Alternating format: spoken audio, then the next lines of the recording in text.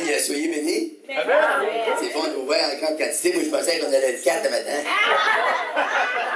Non, c'est pas mais j'aimerais vous dire un gros salut à chacun de vous et que Dieu vous bénisse richement. Je voulais amener une petite anecdote. Dans là, quand la sœur a chanté La gloire de Saint. Une fois, on était à Abitibi, il y a plusieurs années passées. On était à peu près 35 dans l'assemblée, on priait, on jeûnait, ça faisait 3 mois. On ne jeûnait pas 3 mois, là, mais on a prié pendant... on a prié pendant 3 mois, tous les jours. Puis au bout de 3 mois, les gens voulaient que je prêche. De ce temps-là, j'étais poqué, puis je ne voulais plus prêcher. C'est fini. Je m'avais arrivé une petite affaire, puis c'est fini, après. Puis, le Seigneur, il dit, c'est pas fini, mon gars. Je vais te montrer à vivre. Ça fait que là, on avait prié, c'était un peu comme ici, il y avait un banc au fond, là, on se mettait à genoux là, puis on priait. Puis le soir, je ne savais plus quoi dire, j'avais lu la psaume, j'avais prié, je ne savais plus quoi dire, j'avais prié même en langue, je ne savais plus quoi dire. Là, je ne parlais pas. C'est bon d'arrêter des fois de parler, Dieu peut nous parler. Amen. Puis, pendant que je ne parlais pas de moi, j'ai entendu une voix qui m'a dit, lève-toi puis prêche. J'ai dit non. Je ne prêche pas, Seigneur. Je les connais, là, les groupes qui étaient avec moi, puis ils à l'école. J'ai dit non. Fait que ça restait de même. Là, j'ai continué à écouter. J'écoute pas souvent, mais là, j'écoutais. Puis ça m'a dit encore, lève-toi puis prêche. Puis quand c'est la deuxième fois, j'avais dit ça, là, le cœur est même là. Là, je savais que c'était le Seigneur. J'ai dit, oh. Là, j'ai dit, Seigneur, je vais prêcher à une condition. J'ai dit, quand je vais lever mes mains, puis je vais dire au nom de Jésus, et je veux que toutes les gens soient bénis par ta présence. Puis là, j'ai dit aux gens, j'ai dit, je vais prêcher à ça. Ils ont dit, gloire à Dieu! J'arrive ici, je rouvre ma Bible, je le lutrin. Puis là, je lève mes mains. Au nom de Jésus-Christ! Oh! Tout le monde. Sans exception. 35 personnes sont venues à danser comme ça. Là, ça parle en langue, ça braillait, ça riait, ça criait. Il y a un beau réveil qui a commencé de là. La gloire de Dieu, ça descend sur chacun des enfants de Dieu. Alléluia! Et ça peut descendre ici ce matin. Je crois et je prie pour ça. Et moi, là, je voudrais que toutes les gens ici, vous soyez tous en feu pour Dieu. Et que vous n'êtes pas capable de résister. Ou que vos pieds partent à danser tout seuls. Si neuf sont gênés, là, pour la graine, envoyez en bas, Satan. La graine ne vient pas de Dieu, ça vient en bas. Ah, mais là, ils ont commencé à danser ce matin.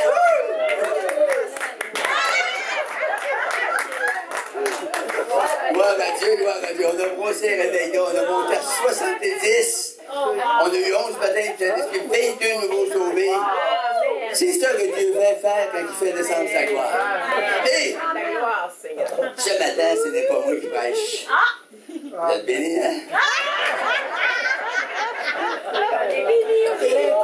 C'est mon fils, Jonathan. Mais avant de vous parler d'eux autres, je voudrais vous présenter une personne que, elle a dit qu'elle m'aime. Moi, je l'aime beaucoup. Je vais demander, Janine, de te lever, s'il vous plaît. Janine, mesdames et messieurs.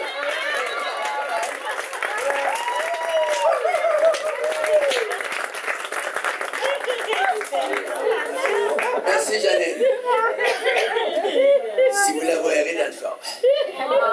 Ça fait 44 ans qu'on est ensemble. Fait qu'elle s'en vient d'aller tout côté de moi dans le char. Tu vas trop vite. Il arrête, il stop là. Les polices s'en viennent. Ah, je chiale tout le temps comme ça. Vous devez trouver que je suis un bon vieux.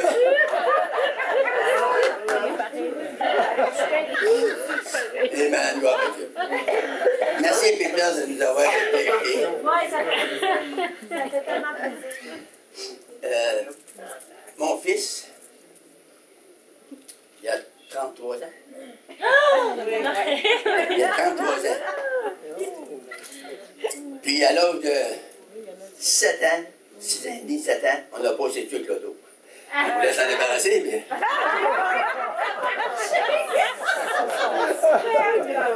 On a manqué notre coup.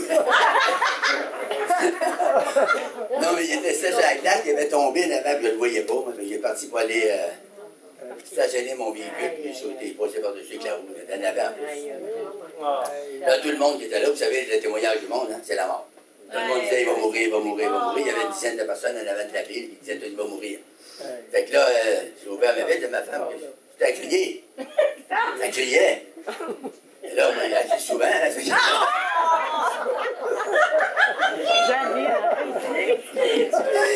elle dit, tu viens de passer sur Jonathan.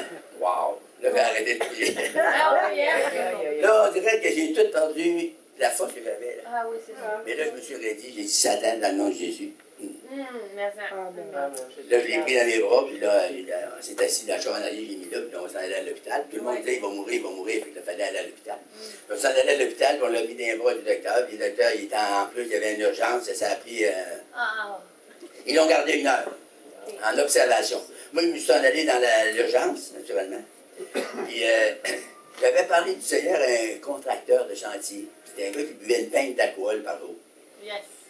Il y a peut-être quelqu'un qui connaissait ça, toi, tu connais ça? Non, mais c'est une pinte à 40% d'alcool, c'est fort, ça brûle les veines. Fait que lui, il s'est brûlé des veines ici. Puis ils ont changé, là, il était opéré, ils ont changé des veines, puis ils ont mis des veines de cochon. Je sais pas si c'était plus cochon. Il était très magasin, il était en chaise roulante de l'hôpital parce qu'il ne fallait pas qu'il prenne une goutte de boisson, puis il l'avait repris. Un alcoolique, fait qu'il a repris la boisson, puis là, les veines ont bloqué encore, puis là, ils l'ont rentré à l'urgence de l'hôpital. Là, il se promenait avec sa chaise roulante. Puis là, en me voyant rentrer tout de suite, le monde, il vous guette plus que vous pensez. Ben oui. Aussitôt que j'ai rentré, il savait que j'étais pasteur, j'étais un prédicateur. Il dit, hey, tu fais ça, toi? Il m'a pointé une main devant tout le monde. Ah, ben, j'ai dit, je viens de passer sur mon fils. Il était avec l'auto, là, puis on l'a emmené ici. Il dit, hey, es-tu mort? Je dis, non, ben, il pose les cigares avec les gamelins. Ah. Et j'ai ce Dieu-là que je te parlais. Puis là, j'ai commencé à y parler, j'ai prêché 1 heure. Là, moi, je prêchais à lui. Mais je ne prêchais pas à lui, je prêchais aux 10 autres élèves.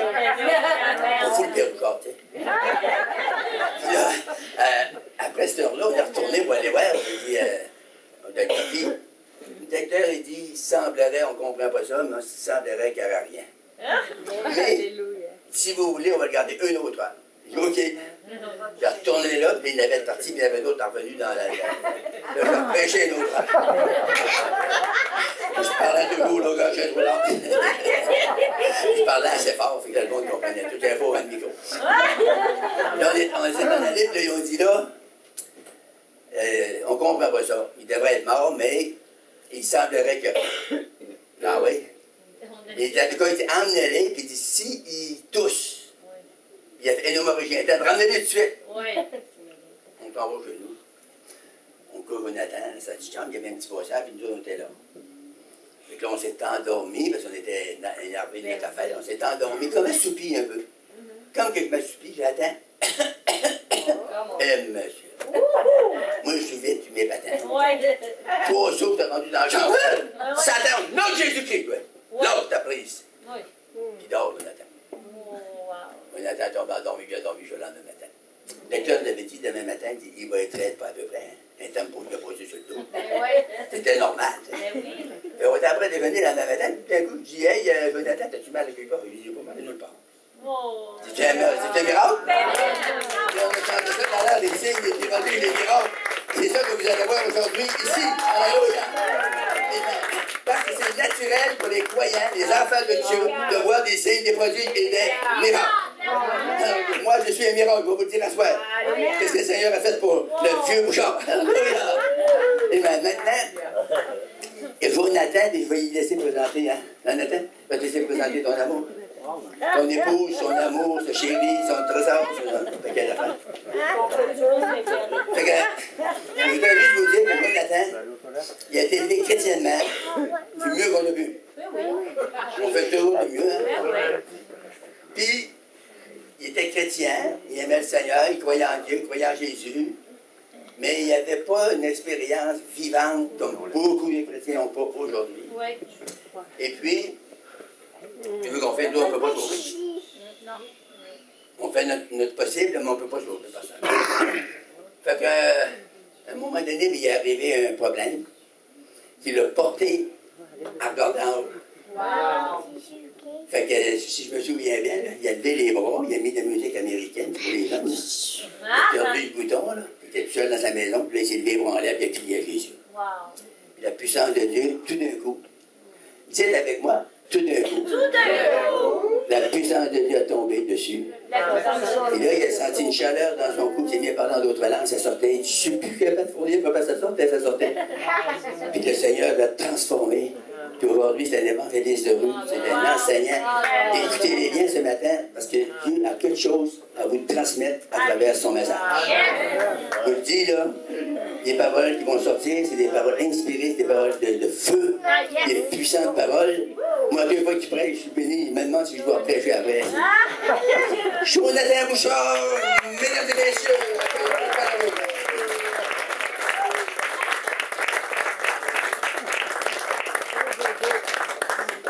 Un gros collant pour montrer qu'on s'aime.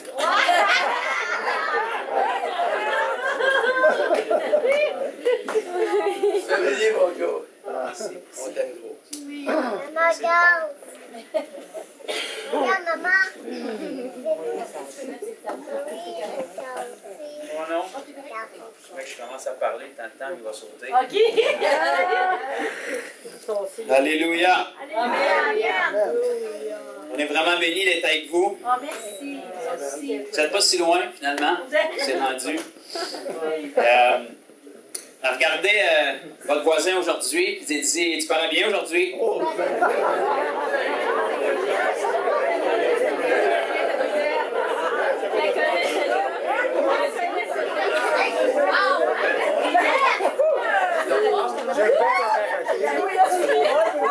Dites, j'ai prié toute la semaine d'être assis à côté de toi.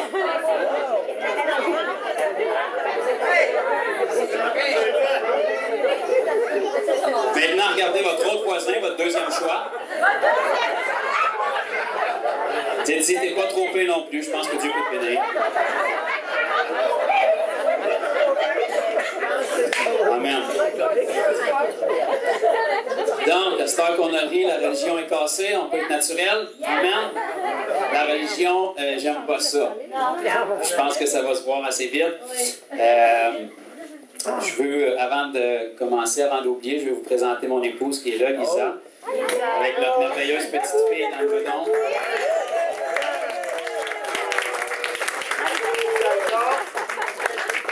Qui est prévu pour le mois de mars. Amen. Et j'aurais pas le temps de rentrer dans les détails, mais mon épouse, il y a un petit peu plus que 2 ans, était athée au bord du suicide. Maintenant, elle est remplie de vie et d'Esprit Saint.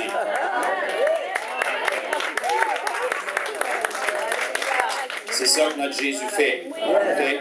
Satan, la Bible nous dit dans Jean 10, qui est venu pour dérober, égorger et détruire. Tu veux savoir où est-ce qu'il est? Tout ce qui dérobe, tout ce qui égorge, tout ce qui détruit. Pas compliqué. La Bible nous dit Jésus est venu afin que les brebis aient la vie et qu'il l'ait en abondance. Tu veux savoir où est-ce qu'il est Jésus? Regarde où est-ce que c'est abondant. Je ne parle pas seulement de richesse humaine, je parle de bénédiction. La joie, c'est une bénédiction qu'on passe par-dessus, mais que le monde n'a pas. L'espoir, c'est une bénédiction qu'on a que le monde n'a pas. L'amour, c'est une bénédiction qu'on a que le monde n'a pas. La paix. Mais en plus de ça, on a la puissance de Dieu. En principe, il faudrait l'avoir.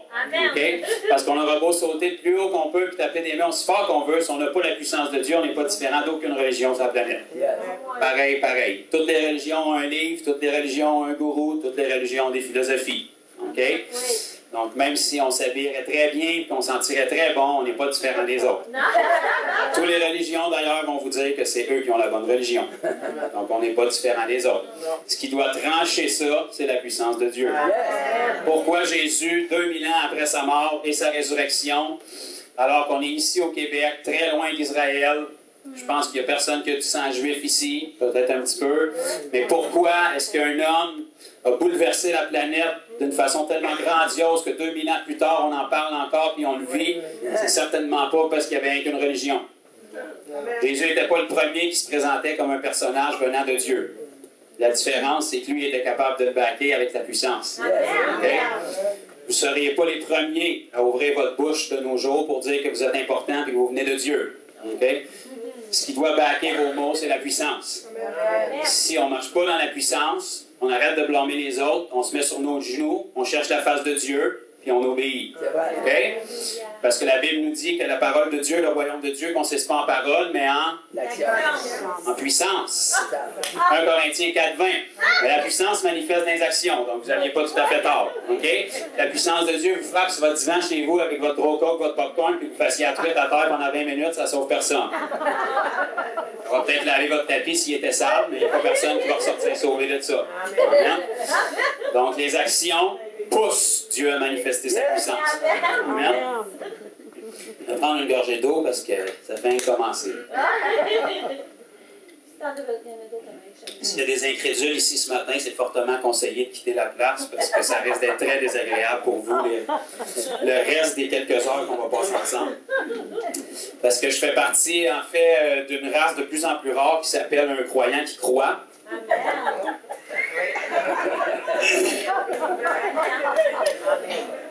Vous savez, dans la parole, il fallait prêcher l'Évangile aux gens pour qu'ils se convertissent. Aujourd'hui, il faut essayer de convertir les chrétiens, on dirait. Donc, forcément, il y a quelque chose qui s'est perdu. OK? Quand on est un croyant, la première caractéristique d'un croyant, c'est de... En fait, c'est de croire. C'est comme ça, un croyant. Il faut que ça croit. OK? Parce que si on est en Jésus, la seule chose qui nous garde, c'est pas vos beaux yeux, vos beaux cheveux, c'est pas parce que vous connaissez les chants par cœur, même la Bible par cœur, c'est la foi. OK? Si on a été greffé à l'olivier qui était Israël, c'est par la foi. Donc, si on n'a pas la foi, qu'est-ce qui nous fait croire qu'on est encore greffé? OK? C'est pas un jeu avec Dieu. On est greffé par la foi, on vit par la foi. J'ai fouillé un peu dans ma parole, puis quelque part dans Habakkuk 2,4, ça disait « Mon juste vivra par la foi ». Un peu plus loin, dans Galates 3,11, ça disait « Mon juste vivra par la foi ». Un petit peu plus loin, dans Romains 1,17, ça disait « Mon juste vivra par la foi ». Encore un petit peu plus loin, dans Hébreux 10,38, ça disait « Mon juste vivra par la foi ». Donc, j'en suis venu à la conclusion que soit Dieu était trop vieux et radotait, ou soit nous autres, on était buggés et il voulait qu'on comprenne. OK? S'il se répète, c'est parce qu'il veut qu'on allume. OK? Mon juste vivra. Vivre, dans le fond, c'est comme vivre. Fait que si tu veux vivre par la foi, ça te prend la foi pour vivre. Fait que si tu n'as pas la foi, détrompe-toi, tu n'es pas vivant. Même si tu es dans l'Église, même si tu tapes des mains, même si tu as un beau drapeau, même si tu sautes vraiment haut, même si tu fais plein de bonnes œuvres dans l'Église. C'est toutes des bonnes choses. OK? Mais la sincérité de notre cœur devant Dieu et notre foi, c'est ça qui détermine notre relation avec Dieu. OK? C'est la raison qu'on appelle ça la vie chrétienne, dans le fond, c'est parce que c'est supposé d'être vivant. Si on veut être franc aujourd'hui, pour décrire la vie chrétienne de la majorité de l'Église, il faudrait appeler ça la mort chrétienne. OK? Parce que les deux caractéristiques de la vie chrétienne, ben, ça veut dire qu'il faudrait que ça soit vivant, puis la vie, ça se reproduit. La vie cause la vie. Donc, si notre vie n'est pas vivante, puis qu'on ne reproduit pas la vie dans d'autres personnes, quelque part, il y a quelque chose qui cloche. Je suis pas mal prête à parier que ce n'est pas Jésus. Donc, forcément, l'autre élément qui reste, c'est nous. OK? Donc, on se met sur nos genoux, on cherche la face de Dieu, puis on obéit. Amen? Mon père en partageait un petit peu. Je peux peut-être pas rentrer tout en détail dans mon témoignage, mais naturellement, je suis la deuxième génération de prédicateurs de la lignée des Bouchards. Deuxième génération d'enfants de Dieu et de prédicateurs. Donc, j'ai eu vraiment la grâce, la bénédiction de naître dans une famille, d'être élevé dans les voies de Dieu. Mes parents étaient déjà nés nouveaux, naturellement, quand je suis né. Déjà depuis un bon nombre d'années, même. Et j'ai vraiment été béni, je peux vous dire. Puis ça n'a pas rapport avec moi. OK? J'ai été élevé dans les voies de Dieu, j'ai toujours cru en Dieu, j'ai toujours aimé Dieu. Soit dit en passant, ça ne sauve personne. OK? Il y a Satan et tous ses démons qui croient en Dieu, qui croient en Jésus, qui croient en sa mort et sa résurrection. Ils en ont été témoins. Ils sont humiliés pour le restant de l'éternité à cause de ça. Et pourtant, il n'y en a aucun d'eux qui est sauvé. OK? Donc, ce n'est pas suffisant. Et j'ai passé ma vie comme ça. Pour moi, en grandissant, c'était plus naturel d'être 5 à 6 soirs par semaine à l'église qu'à l'école. Okay? Donc, je suis né dans l'église, j'ai grandi, j'ai grossi, j'ai vieilli dans l'église. mais ça ne sauve pas. Okay? Ça peut aider.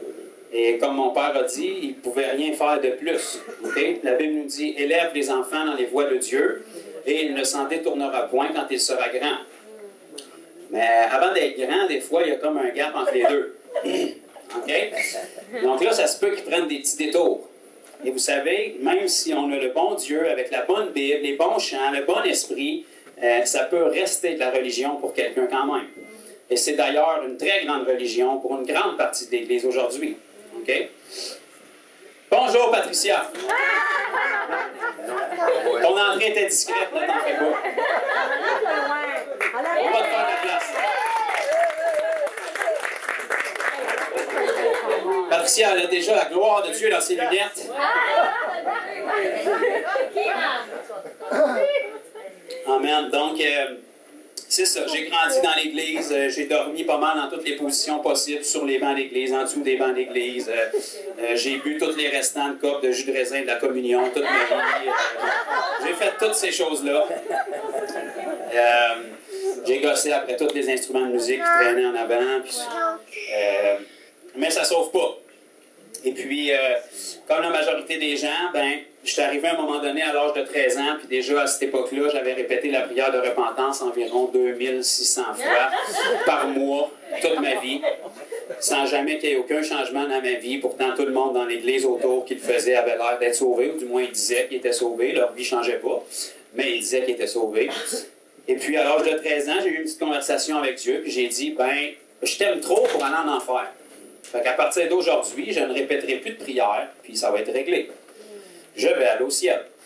Et puis, à partir de là, j'ai commencé à vivre ma vie naturellement, comme la majorité des gens. Et j'ai jamais été quelqu'un d'un point de vue humain qui était terriblement mauvais. Okay? Je vous dis d'un point de vue humain, parce qu'on est tous mauvais sans Dieu. La Bible nous dit que tous ont péché et sont privés de la gloire de Dieu. Ça vient de régler le cas. J'étais un très bon religieux, un très bon scribe, pharisien, naturellement, parce que j'avais été élevé des voies de Dieu. Tout ce qui était des gros péchés apparents, je ne les faisais pas, comme les scribes et les pharisiens. Mais le péché, ce n'est pas seulement les actions, ça commence au niveau du cœur. Okay? Juste le fait de ne pas vivre pour Dieu, c'est un péché. Parce qu'il est l'auteur de la vie, et ta vie n'est pas censée t'appartenir. Il nous a donné la vie, et on lui appartient. Donc on doit vivre pour lui. Et j'ai vécu ma vie comme ça, j'ai fait des bêtises comme tout le monde, beaucoup de bêtises comme tout le monde. Et puis en 2010, j'ai eu une épreuve dans ma vie, comme mon père a parlé tantôt. Vous savez, quand on n'est pas à Jésus, c'est inévitable. À un moment donné, tu vas frapper un mur. Okay? C'est possible d'avoir du succès en dehors de la volonté de Dieu pour un temps. J'ai dit pour un temps. OK? Mais à un moment donné, tu vas pogner une curve que tu n'avais pas vu venir, tu vas te retrouver à flipper dans le champ parce que tu t'es planté. Okay? Et c'est ce qui est arrivé. Et pour la première fois, le Dieu, sans rentrer dans les détails, là, moi, j'étais quelqu'un qui était extrêmement occupé. Okay? Je dormais quelques heures par jour, c'était à peu près tout. Le reste, j'étais tout le temps parti. Et puis, je me suis retrouvé dans une épreuve dans ma vie où j'ai eu un silence pour la première fois. Et pour la première fois de ma vie, alors que j'ai grandi dans l'Église, Dieu m'a parlé. Et comme dans la majorité des cas, quand Dieu nous parle, surtout quand c'est nouveau, on se sent totalement inadéquat pour répondre à ce qu'il nous dit. Et c'était exactement ma situation. Dieu m'a parlé, puis je n'étais pas habitué d'entendre la voix de Dieu. Puis ce qu'il me demandait était totalement impossible pour moi. Où est-ce qu'était ma vie à ce moment-là, avec la connaissance que j'avais. Et puis, j'ai pris une décision que je jugeais sage pour moi, c'était de m'enfuir. Bon, je vais vous éviter le problème, enfuyez-vous pas de Dieu. Okay? Adam et Ève ont essayé ça dans le jardin, puis mauvaise idée. Quand tu habites sur une terre que Dieu a créée, puis qu'il y a juste 2 êtres humains sur la terre, pas mal sûr qu'il va te retrouver. Okay? Tu sais, quand Dieu a demandé à Adam où es-tu, c'était une joke. Là. Il savait il était où.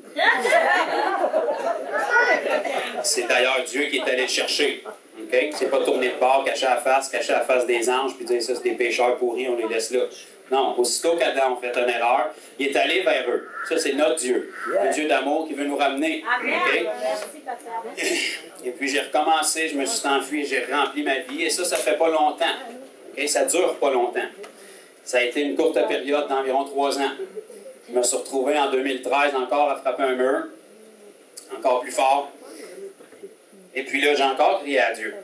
OK? Parce que quand on épuise nos options, qu'on n'a plus de plan B, C, D, E, F, là, on se tourne vers Dieu.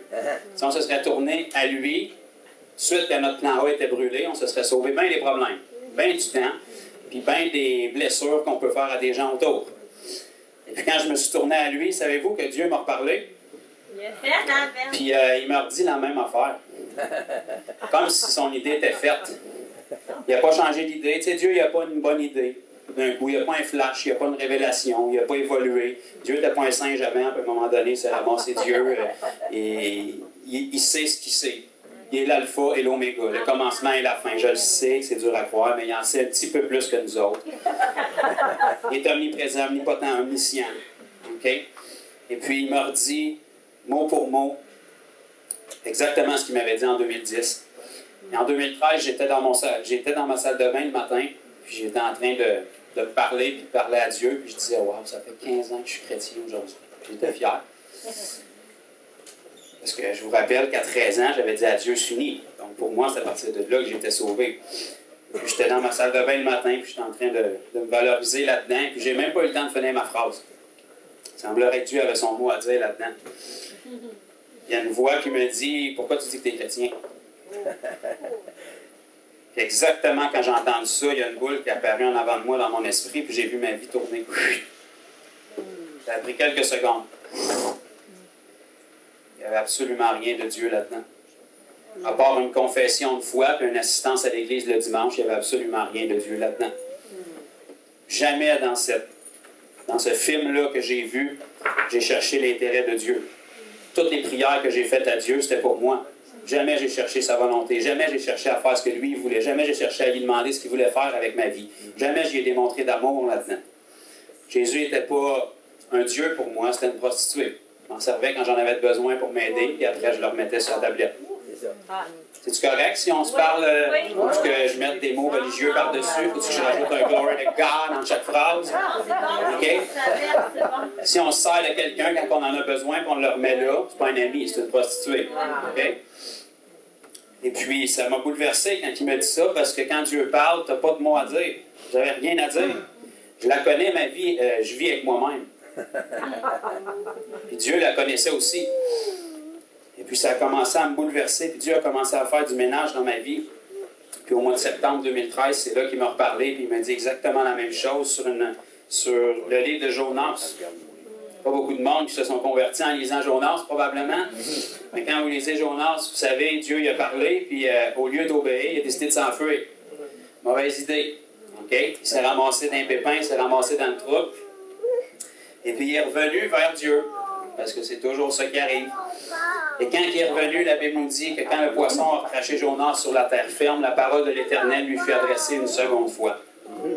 Et exactement à ce moment-là, Dieu m'a parlé et il m'a dit exactement la même chose qu'en 2010.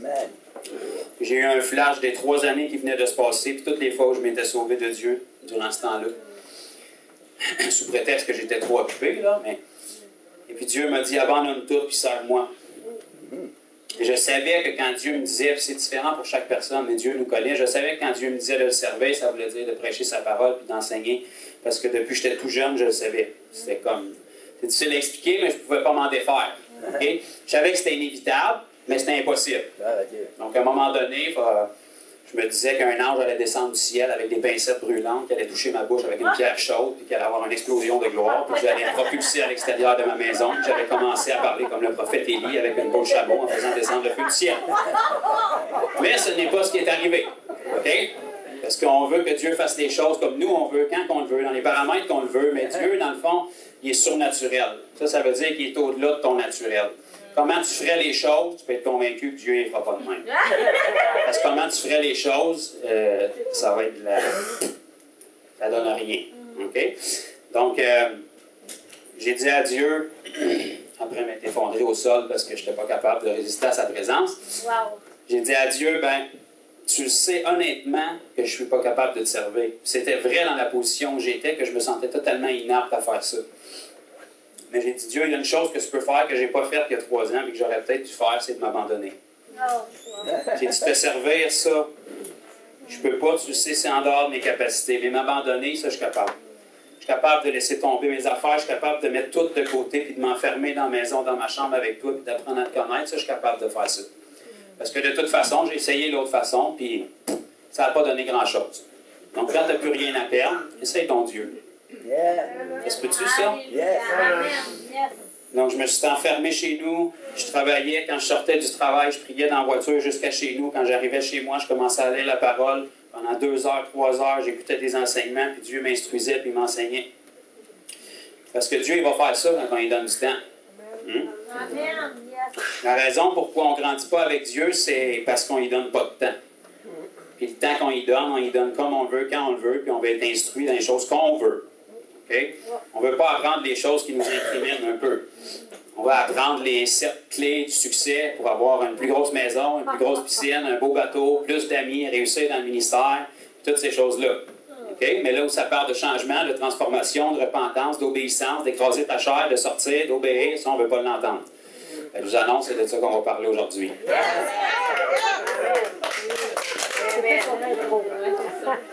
On a 52 semaines par année pour se faire flatter dans le sens du poil, puis se faire dire qu'on est des bons chrétiens, que Dieu nous aime. C'est vrai que Dieu nous aime. Okay? Mais parce qu'il nous aime, puis qu'il nous a tellement aimés, puis parce qu'on dit qu'on est reconnaissant envers lui, il faut faire quelque chose avec cet amour-là. On ne fait pas des choses pour que Dieu nous aime, on fait des choses parce qu'il nous a aimés. Okay? Je ne fais pas des choses pour que ma femme m'aime. Je fais des choses parce que je suis tellement choyé qu'elle m'ait aimé. Je sais que Dieu était dans l'histoire parce que sinon on n'aurait jamais aimé. Mais ça, je ne dis pas trop. Mais gloire à Dieu. Si on donne du temps à Dieu, la Bible nous dit qu'on donne à celui qui demande. On est très bon pour demander, mais on ne demande pas les bonnes affaires. Okay? On demande à Dieu ce qu'on veut. Dieu n'est pas intéressé de vous donner ce que vous voulez. Il veut vous donner ce que vous avez besoin. Amen. Ce que vous voulez, c'est généralement très loin de ce que vous avez besoin. Quand il vous donne ce que vous avez besoin, vous pensez qu'il ne vous a pas exaucé parce que vous attendez ce que vous voulez. OK? Ouch! On commence tout de suite. Ouch! Donc, Dieu nous donne ce qu'on a besoin. Amen. La Bible dit, vous me chercherez, Jérémie 29, 13, pour ceux qui aiment des versets, vous me chercherez et vous me trouverez. Ça ne s'arrête pas là. Si vous me cherchez de tout votre cœur.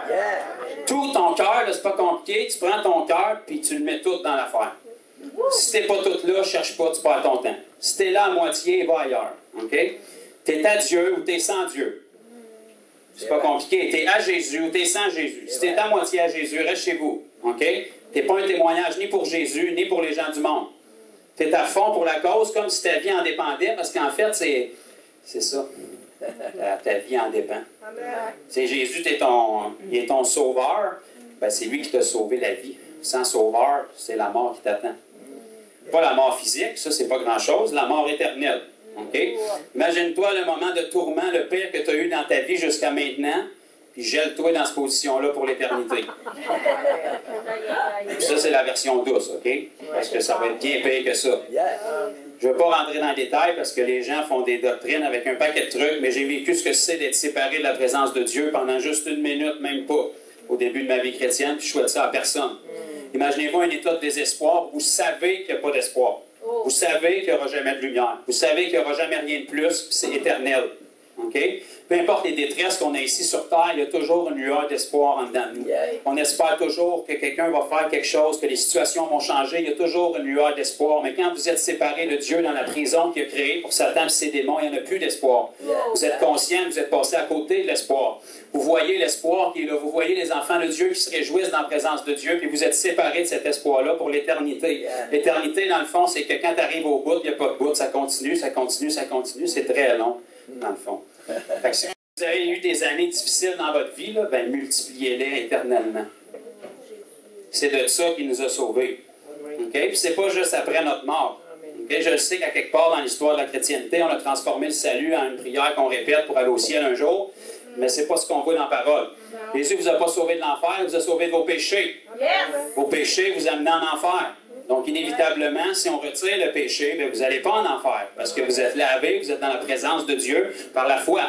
Okay? Donc, le salut, c'est une transformation de vie maintenant qui nous amène dans l'éternité. C'est le début d'une relation avec Dieu.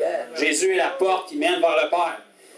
Je ne sais pas comment ça marche à Saint-Julian, mais chez nous, Le principe d'une porte, c'est de déboucher sur quelque chose. Yes.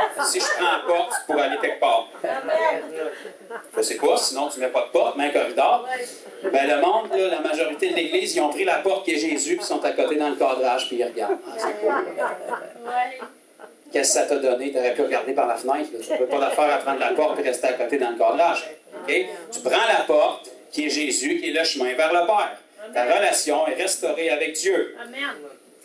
Romains 5, étant donc justifiés par la foi, nous avons la paix avec Dieu. C'est une chose d'être en paix avec ton voisin, mais d'être en paix avec Dieu, wow, si tu as Dieu de ton bord, ça va bien. Oui. Il n'y en a pas de problème. Okay? Il peut y avoir des situations, mais il n'y a pas de problème. Parce que la solution, tu l'as. Okay? Un enfant de Dieu, c'est supposé d'avoir la solution à tous les problèmes, parce que tu as Christ en toi qui est l'espérance de la gloire. Aujourd'hui, l'Église a un problème pour chaque solution. C'est pas compliqué, tu lui donnes une solution, il y a un autre problème. Tu lui donnes une autre solution, il y a un autre problème. Okay? Il y a un bel esprit de pessimisme qui est là, puis pourtant, Dieu, c'est la solution. Il n'y a pas de problème trop grand pour Dieu. Il y a beaucoup de problèmes trop grands pour ton cerveau et ta notion de Dieu. Mais j'ai une bonne nouvelle pour toi. Ton Dieu, il ne fit pas dans ton petit cerveau. Okay? Ton petit cerveau, il pèse environ 3,5 livres. Si Dieu fitait dedans, ça te prendrait un plus grand Dieu. Okay? En Inde, ils ont 300 millions de dieux. Clairement, pour moi, si tu en as besoin de 300 millions, ton Dieu n'est pas assez fort. Ben non. Un Dieu, ça devrait être assez. Si c'est mon Créateur qui a tout créé et qui est ma source de vie, il devrait être plus que suffisant pour s'occuper de moi. Amen. Donc là, il va falloir qu'on rentre dans la parole à un moment donné.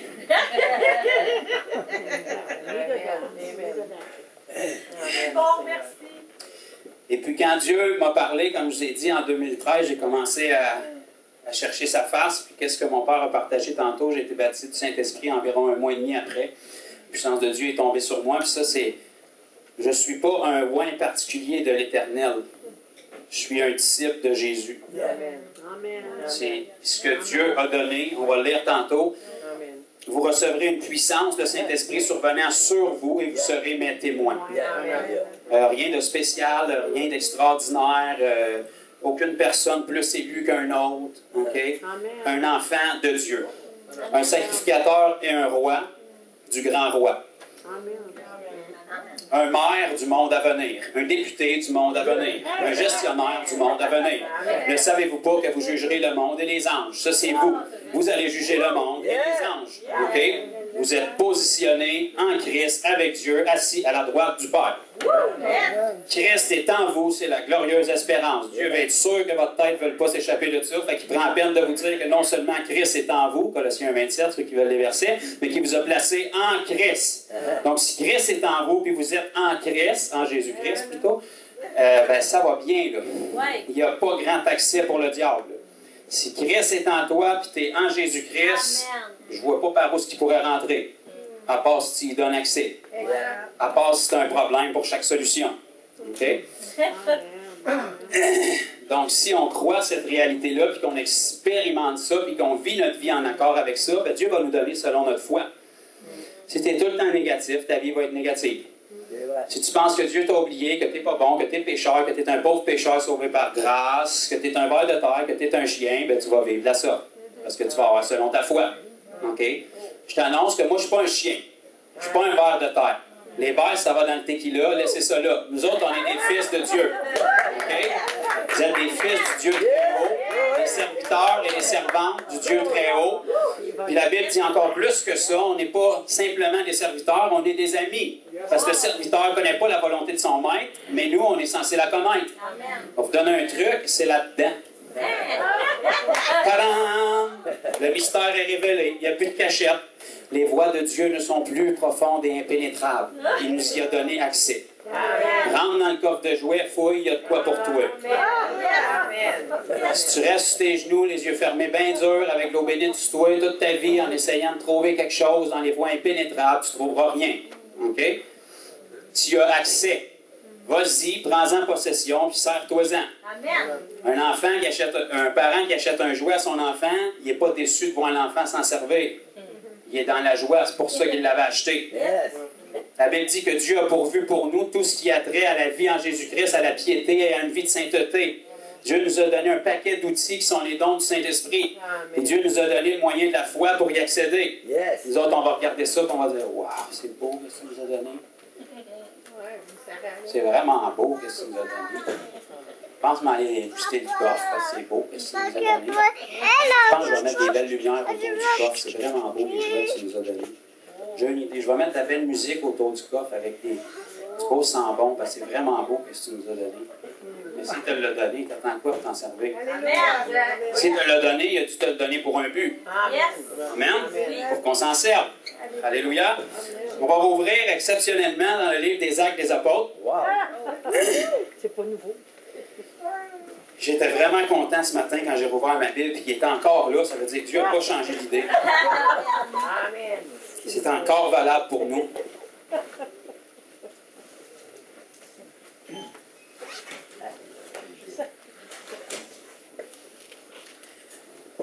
C'est tellement rassurant la parole parce que dans le fond, on dirait que Dieu, il l'a eu du premier coup. Et il ne la change pas. Il pourrait trouver ça le fun de mêler les pages de temps en temps et nous faire chercher un peu. On serait comme. Voyons, Jean 3,16 n'est plus là. Donc là, il faudrait défaire tous les aimants sur notre frigidaire qui disent quand regarde dans le monde de la direction personnelle. C'est tout à la même place. C'est tout le temps là, c'est tout le temps la même affaire. Amen. Ça devrait nous donner de la confiance. Amen. C'est la parole comme de Dieu. C'est comme Dieu qui a parlé. Puis quand il a parlé, elle est éternelle. Amen. Fait que, tu sais, on peut se fier dessus. Acte chapitre 4. On va commencer au verset 13. Wow.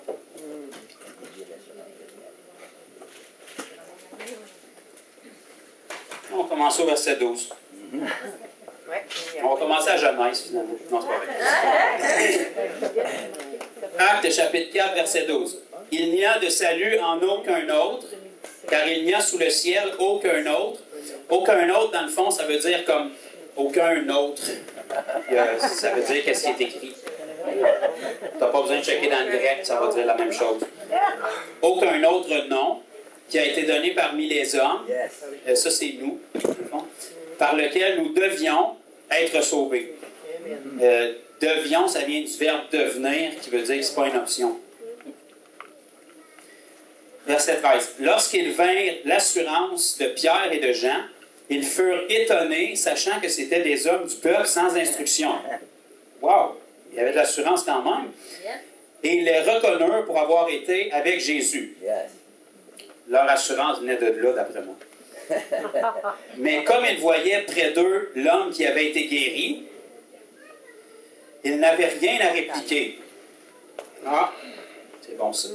Fait que si on guérit les gens, ça va fermer les bouches. Alléluia. Amen. Ils leur ordonnèrent de sortir du Sanhédrin et ils délibérèrent entre eux, disant, que ferons-nous à ces hommes? Car il est manifeste pour tous les habitants de Jérusalem qu'un miracle signalé a été accompli par eux. Et nous ne pouvons pas le nier. Amen. Alléluia. Amen. Faites des miracles glorieux dans le nom de Jésus, ça va fermer les bouches, ils ne pourront pas le nier. Amen. Bon. Mais afin que la chose ne se répande pas davantage, c'est bizarre, hein, quand Dieu fait des miracles, ils ne veulent pas que ça se répande. Pourtant, c'était les serviteurs de Dieu. En tout cas, défendons-leur avec menace de parler désormais à qui que ce soit en ce nom-là. De parler dans le nom de Jésus. C'est encore un des seuls noms aujourd'hui qu'on va vous défendre de parler avec menace. Hein. Si vous voulez parler de n'importe quel autre Dieu, faux Dieu, vous n'aurez pas de problème. Okay? Et les ayant appelés, ils leur défendirent absolument de parler et d'enseigner au nom de Jésus. Pierre et Jean leur répondirent, « Jugez s'il est juste devant Dieu de vous obéir plutôt qu'à Dieu. Car nous ne pouvons pas ne pas parler de ce que nous avons vu et entendu. Amen. Nous ne pouvons pas ne pas parler de ce que nous avons vu et entendu. » Amen. Ça donne que les apôtres avaient vu certaines choses, hein? Entre autres Jésus. Et verset 21, ils leur firent de nouvelles menaces et les relâchèrent, ne sachant comment les punir à cause du peuple, parce que tous glorifiaient Dieu de ce qui était arrivé. Donc, c'est quand même bien si les gens glorifient Dieu quand on fait un miracle, ben, c'est une bonne idée d'en faire. OK? Soyez pas offensés quand je dis on fait un miracle, là, vous comprenez que c'est Jésus qui fait les miracles. Là. Okay? Je sais que les religieux n'aiment pas ça et qu'ils vont s'offenser, mais Jésus a dit allez guérissez les malades. Fait, on comprend ce que ça veut dire quand on guérit les malades. Okay? Ça ne vient pas de nous. Amen. Les apôtres ont dit, vous savez, les apôtres, avant d'être apôtres, c'était des disciples de Jésus. Puis pendant qu'ils étaient apôtres, c'était encore des disciples de Jésus. C'était encore des fils de Dieu. Okay? Exactement comme vous et moi. Nous ne pouvons pas ne pas parler de ce que nous avons vu et entendu. Bon. Est-ce qu'on a vu et entendu des choses, nous, en tant qu'enfants de Dieu, duquel on peut parler? Okay? La réponse de la majorité des gens, souvent aujourd'hui, c'est non.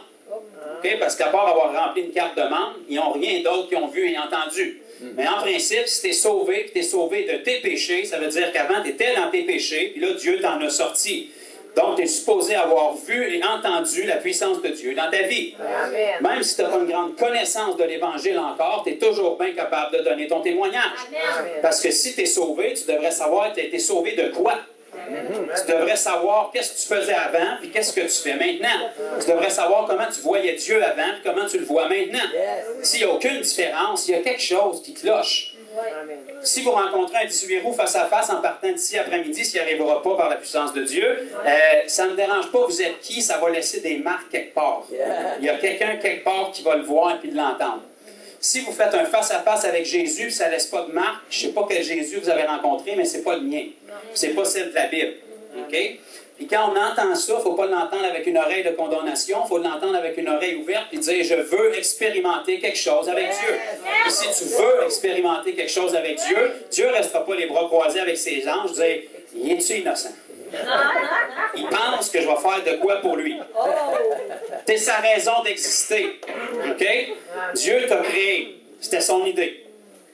C'était son idée. Tu es le fruit de son imagination. OK? Tu es sa volonté. Il ne te regardera pas les bras croisés en criant en face. Là. Il attendait ça, que tu dégèles pour qu'il puisse te parler. OK? Tu te mets sur tes genoux, tu lèves tes mains, puis tu dis Dieu, parle.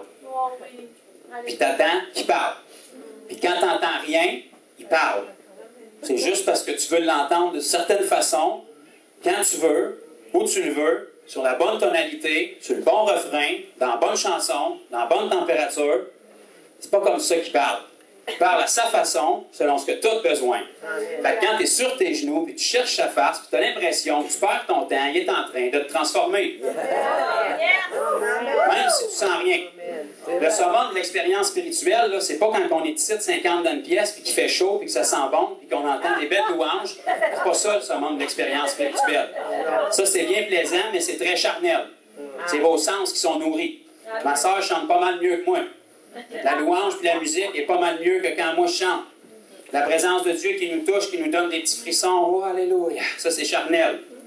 Merci Dieu qui vient nous toucher, mais c'est pas ça qui va changer le monde. Tu peux sentir des frissons à chaque dimanche, ça ne changera pas ta vie. Qu'est-ce que tu vas faire avec?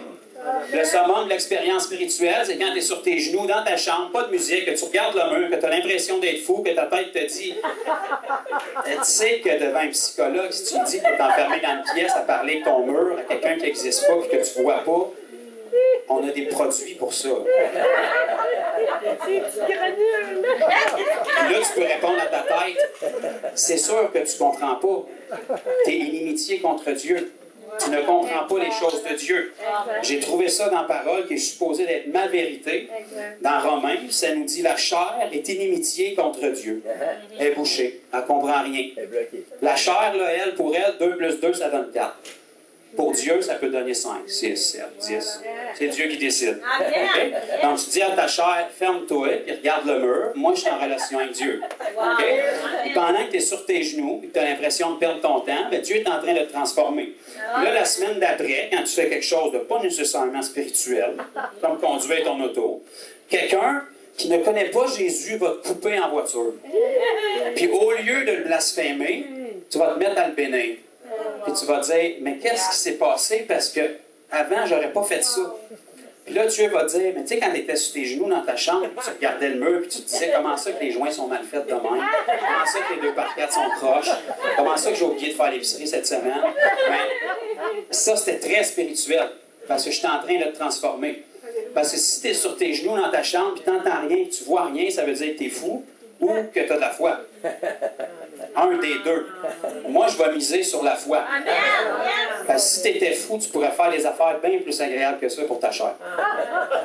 Donc, forcément, ça doit être parce que tu aimes Dieu assez pour lui donner de ton précieux temps, qui d'ailleurs est utilisé pour rien. Aujourd'hui, on a moins de temps qu'on n'a jamais eu. Pourtant, on a toute la technologie pour nous faciliter. On a de l'eau potable, froide, puis ils nous la mettent dans une bouteille.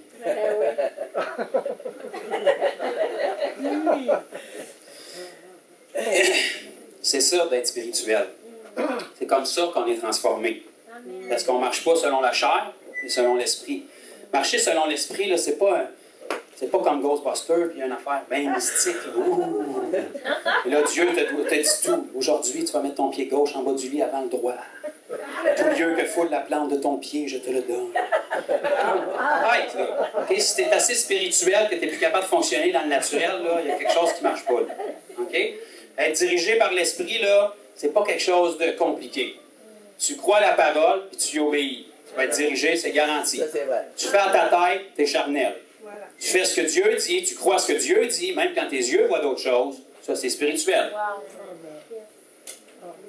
Jésus dit qu'il a été meurtri pour les maladies de toute l'humanité, puis qu'il a versé son sang pour les péchés de tout le monde. Yeah. Même si tu vois la maladie, que tu ressens la maladie, que la personne semble souffrir, c'est une réalité. C'est pas la vérité. Oh, yeah. La vérité, c'est ça. Amen. Pour ça qu'on chante, qu'on crie, qu'on saute, qu'on crache, tous les dimanches, on dit qu'on croit là-dedans. Ben, c'est ça. Si tu crois là-dedans, ça veut dire que c'est ça la vérité. Jésus est le chemin, la vérité et la vie. Même si ta réalité est différente de la vérité, tu y vas avec la vérité. Parce que si tu y vas avec la vérité va devenir ta réalité. La réalité est juste là pour venir confronter la parole pour qu'elle soit tellement plus proéminente que tu y ailles avec ça au lieu de ça. Tous ceux qui ont été cités dans le chapitre de Hébreux 11 comme les héros de la foi dans l'histoire de l'humanité, ils ont été cités pas parce qu'ils étaient exceptionnels, parce qu'ils avaient décidé de croire la parole de Dieu plutôt que leur situation. Amen. Moi, te dire, quand tu es Abraham, que tu as presque 100 ans et que ta femme en a 90, quand tu te fais dire que tu vas avoir un enfant, c'est quand même un défi. Premièrement, d'entrer en relation avec elle, ça demande un effort, parce que tu ne te souviens même plus où est-ce qu'ils sont les morceaux. Deuxièmement, vous savez, Sarah, elle l'a porté, l'enfant. Il n'est pas tombé dessus, là. Elle l'a porté à son âge. Non seulement elle l'a porté, elle l'a accouché. Elle l'a fait. OK? Fait qu'il y aurait eu bien des occasions de dire « ça se peut pas ». Mais Abraham a cru. Ça serait tellement compliqué de ne pas croire. C'est beaucoup plus simple de croire. Parce que quand tu crois, c'est Dieu qui le fait. Quand tu es incrédule, là tu cherches. Là tu cherches des moyens. Mais comment est-ce que... combien de fois ça va prendre avant qu'elle tombe? Non, arrête. Arrête de creuser. La foi, c'est simple. Dieu a dit crois seulement. Yeah. Wow, yeah. Pas besoin de creuser puis de creuser pour arriver jusqu'à croire, là. Croire, c'est là. Tu le prends. Crois seulement. Point final. Tu as une table devant toi avec 1001 options d'incrédulité. Tu prends croire. Amen. C'est juste ça. Amen. Simple de même. OK? Amen. On va tourner ensemble dans Corinthiens. 2 Corinthiens.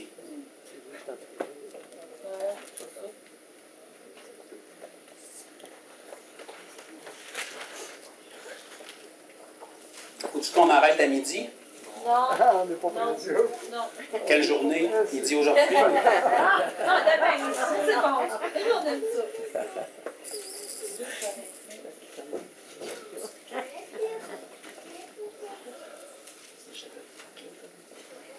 2 Corinthiens, dans le fond, il l'a appelé de même parce qu'il suit 1 Corinthien. C'est comme la deuxième lettre, dans le fond. 2 Corinthiens 4.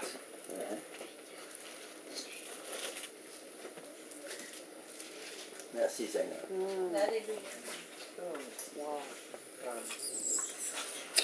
2 Corinthiens 4, verset 13. généralement localisé entre le 12 et le 14, ça peut vous aider. Et comme nous avons le même esprit de foi, c'est pas écrit esprit d'incrédulité, esprit de doute, esprit analytique, esprit du monde, esprit logique, esprit rationnel. Non, c'est pas écrit ça. C'est écrit esprit de foi, qui est exprimé dans cette parole de l'Écriture. J'ai cru, c'est pourquoi j'ai parlé. Donc jusque-là, c'est un bel écrit. On peut dire, wow, Dieu est sage. Mais ça continue en disant, nous aussi, oups, là, ça nous implique. Ça veut dire qu'il va falloir faire un effort. Nous aussi, nous croyons, c'est pourquoi nous... Wow! Fait que la Bible semble dire que si on croit, on va faire de quoi? On va parler. OK?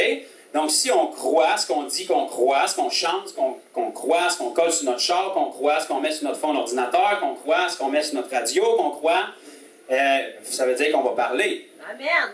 Parce qu'on parle des choses qu'on croit. Moi, je parle très rarement du Père Noël parce que je vais vous dire un secret. Tu ne crois pas. Comment ça, c'est arrangé, cette histoire-là? On ne peut pas être partout à la fois la même journée en décembre. Donc, dans la même heure. Ça, c'est des critères qui appartiennent juste à mon Dieu. Puis clairement, mon Dieu ne ressemble pas au Père Noël. Donc, si je crois dans le Dieu auquel je dis croire, c'est manifesté en Jésus-Christ, qui est vraiment allé sur la croix, qui a vraiment souffert pour mes maladies, qui a vraiment versé son sang pour mes péchés, qui étaient nombreux, soit dit en passant, et les vôtres aussi, si je peux vous le rappeler. Ben, si je crois vraiment à ça, je vais faire quelque chose avec. Tu sais, vous savez, on a une notion vraiment tordue aujourd'hui de croire. Hein? Puis surtout ici au Québec, on va... Ben là, ceux qui évangélisent, vous allez rencontrer beaucoup de gens qui vont dire « Je suis très croyant, regarde, j'ai une croix. » Moi, je suis un croyant non pratiquant. Bon, moi, je suis astronaute non pratiquant aussi. T'es un croyant non pratiquant. C'est ça, si je comprends bien, c'est ça. Donc, tu crois, mais tu ne fais pas ce que tu crois. Donc, je ne sais pas pourquoi tu crois, je ne sais pas qu'est-ce que tu crois, mais si tu ne croyais pas, ça changerait quoi?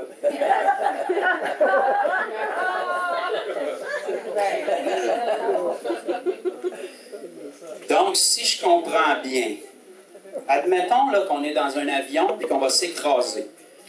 Puis c'est imminent qu'on va s'écraser. Puis moi, je t'explique, voici un parachute, puis lui peut te sauver la vie quand tu tombes de l'avion. Puis là, je te pousse en bas de l'avion. Même si tu crois dans le parachute en tombant, là, pense que tu vas faire ça en bas pareil. Même si tu crois vraiment fort, même si tu es convaincu que les parachutes existent, là, ça ne t'aidera pas. S'il y a de quoi, tu vas mourir en croyant que les parachutes existent.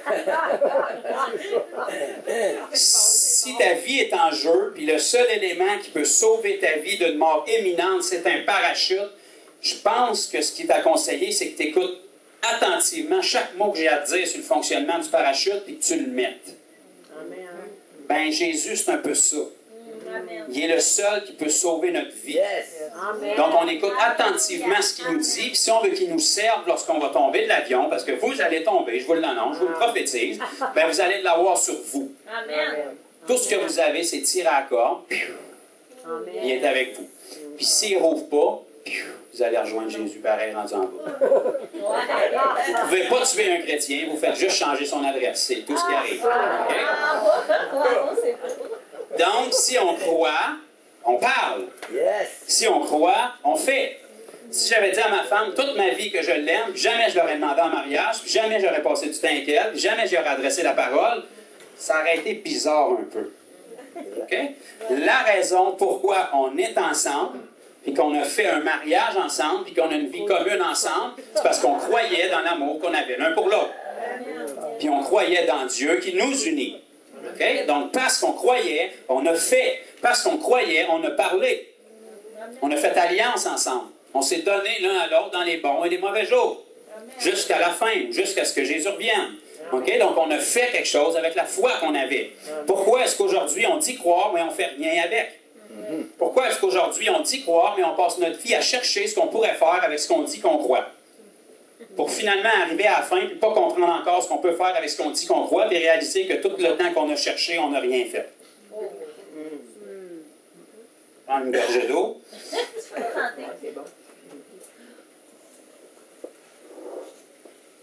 La Bible nous dit ici qu'à cause que nous avons le même esprit de foi. OK? Donc, si ce n'est pas cet esprit-là que vous avez, ça ne s'adresse pas nécessairement à vous, mais si on dit qu'on a l'esprit de foi qui est exprimé dans la parole de l'Écriture, puisque nous croyons, c'est pour ça que nous parlons. Donc, si on dit qu'on croit, c'est supposé de sortir. Si vous êtes un chrétien 007 top secret, il y a juste vous qui le savez, il y a quelque chose qui ne marche pas. C'est pas normal. Okay? Le plus gros mensonge des profondeurs de l'abîme de Satan, c'est d'essayer d'incruster, c'est très fort au Québec, dans la mentalité des gens que la foi, c'est quelque chose de personnel que tu pratiques dans ton intimité. Qu'est-ce que ça donne à qui, ça? Si on avait un Jésus qui avait une foi personnelle, on serait dans le trouble. Si Jésus a renseigné à des apôtres à avoir une foi personnelle, on serait dans le gros trouble. Si les apôtres qui ont pris l'enseignement de Jésus avaient enseigné aux disciples qui ont suivi à avoir une foi personnelle, il n'y a personne de vous ni moi qui serait ici aujourd'hui. Ça semble d'être spirituel, mais c'est complètement anti-biblique. Okay? C'est la sagesse du monde, quelque chose qui peut être logique et rationnel. Ça a une apparence de piété, mais ça en renie tout ce qui en fait la force. La force, c'est la puissance de Dieu. Et puisque nous croyons, nous allons parler. Si nous ne parlons pas, c'est parce que nous ne croyons pas. On peut dire qu'on croit, on peut être convaincu dans notre tête qu'on croit, mais on ne croit pas. On espère. La foi est une ferme assurance des choses que tu espères. Espérer, ce n'est pas suffisant. Tu dois être pleinement convaincu de ce que tu espères. Si tu es pleinement convaincu de ce que tu espères, ça va amener une démonstration des choses que tu espères. Ça va amener à l'existence des choses que tu ne vois pas encore. Parce que la raison que tu ne les vois pas, c'est parce que tu regardes dans le naturel. Ils sont déjà accomplis dans le spirituel. Quand tu fais face à un malade, la situation te dit qu'il est malade. Mais dans le spirituel, ça fait 2000 ans qu'il ne l'est plus. Donc, tu as le choix de croire ce que tu vois, de croire ce que tout le monde va penser, de croire ce que la personne va dire ou de croire qu'est-ce que Dieu a dit. Si tu crois ce que Dieu a dit, puis tu pries pour la personne, dans le fond, tu as une chance sur 2 qu'elle soit guérie.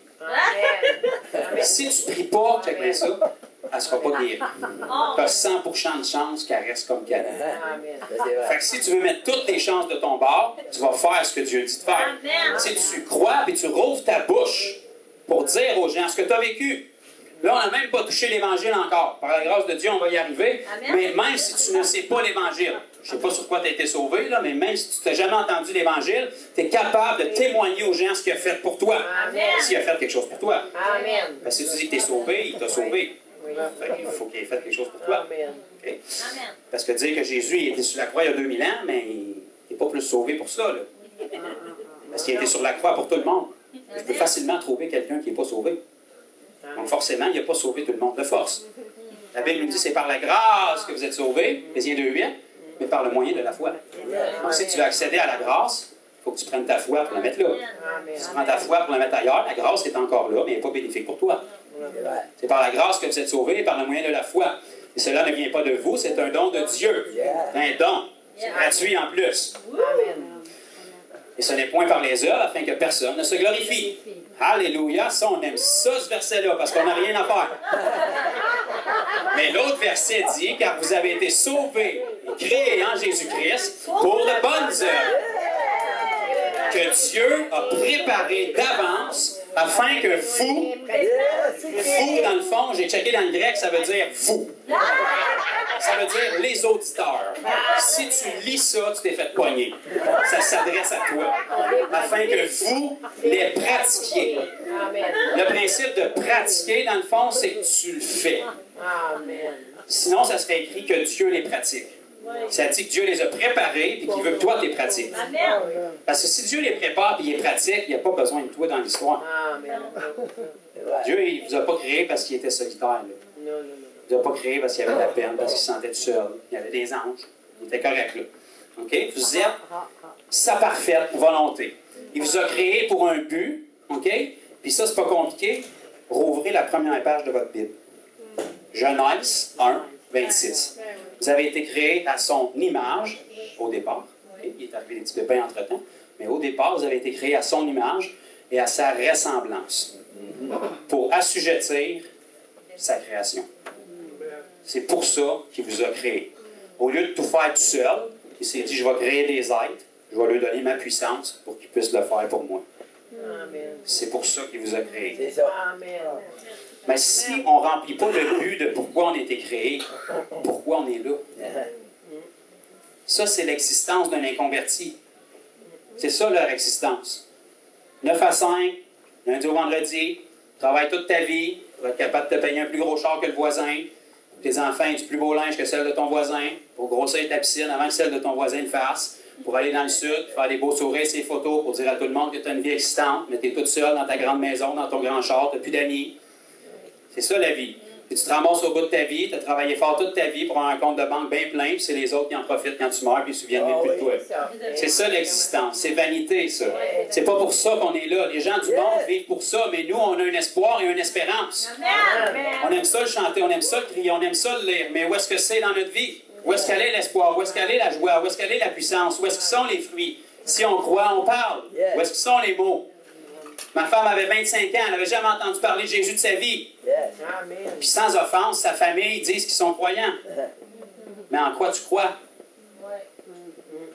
Puis ils ne sont pas à blâmer. Beaucoup de Québécois sont comme ça. Beaucoup de gens dans le monde sont comme ça. Si tu crois dans quelque chose et tu ne le partages pas, si c'est bon pour toi, ça peut être bon pour quelqu'un. Si c'est bon pour toi et tu le gardes pour toi, tu es un égoïste dans le fond. Donc si vraiment ce que tu as, c'est bon pour toi et tu crois vraiment que c'est bon, si tu le sais que c'est pas bon, mais tu le dis que tu y crois juste pour les apparences, là, tu ne le partageras pas au monde. Mais si tu es fier de quelque chose, moi, je suis fier de présenter ma femme. Parce qu'elle est infiniment plus belle que moi. OK? Puis elle porte définitivement mieux un enfant que moi. OK? Donc, si on est fier du Dieu qu'on a, si on a vraiment été sauvé, si on sait de quoi on a été sauvé, si on aime Jésus, pourquoi est-ce qu'on ne parle pas? Pourquoi est-ce qu'on ne dit pas aux gens? Parce qu'ils ne seront pas d'accord? C'est sûr qu'ils ne seront pas d'accord. Ils seraient chrétiens sinon. Faut-tu t'attendre d'avoir un petit peu d'opposition? Si tu rouvres ta bouche pour leur parler, les chansons qui ne te diront pas « Enfin, j'étais aveugle, maintenant je vois. Merci d'être venu m'annoncer ce que j'entends parler depuis toute ma vie. Je me rends à toi. » Ça se peut que ça gratte un petit peu plus que ça. Parce que Jésus, qui annonçait le message parfait, avec tous les dons, avec perfection, il y a des gens qui résistaient. Fait que ça se peut que nous, dans notre croissance, en obéissance à la parole, avec un bon cœur et une simplicité en annonçant le message, il y ait de la résistance. C'est normal. Qu'est-ce qui arrive quand il y a de la résistance? Il y a toujours des gens qui se convertissent, puis il y en a qui ne se convertissent pas. Mais si tu veux ceux qui se convertissent, il faut que tu annonces à travers la résistance. Il faut que tu rouvres ta bouche pour parler. Il faut que tu mettes tes mains pour prier. Il faut que tu rouvres ta bouche pour chasser les démons. OK? Si tu ne chasses pas les démons, c'est qui va les chasser? Ils ne chasseront pas tout seuls. Là. Ils font tous leurs efforts pour torturer le monde et se trouver des corps. Ils s'en iront pas tout seuls. Là. Tu es la voix de Dieu sur terre. Tu es les mains de Dieu sur terre. Tu es les pieds de Dieu sur terre. Tu apportes le message d'espoir sur terre.